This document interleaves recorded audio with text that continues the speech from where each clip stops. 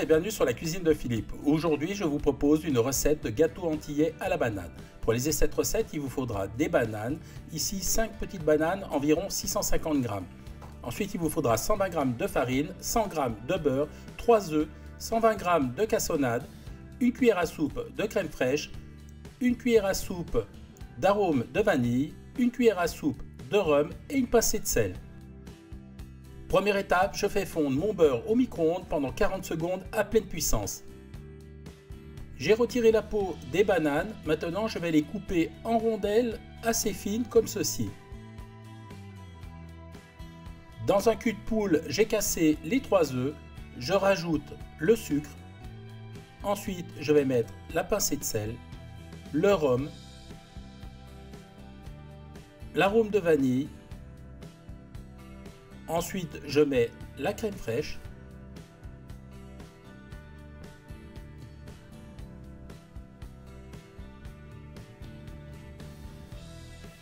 Et je termine par les bananes.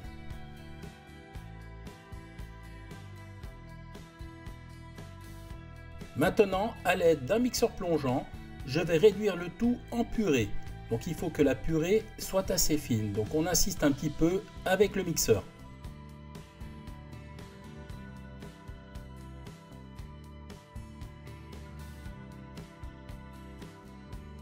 Au bout de quelques secondes, la préparation est déjà bien lisse. Je rajoute le beurre fondu et là je vais mixer à nouveau de façon à avoir une préparation bien fluide, bien homogène.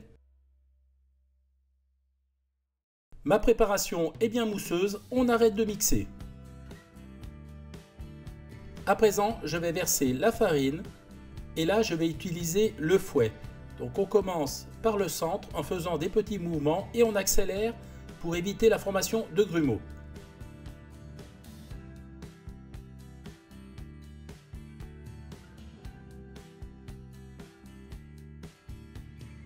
Regardez, la pâte est liquide, elle est super lisse, on va pouvoir la mettre en moule.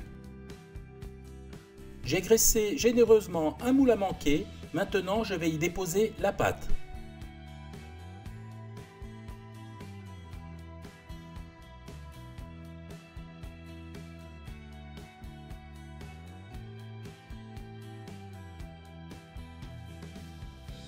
Mon moule est plein, je tapote pour lisser la surface.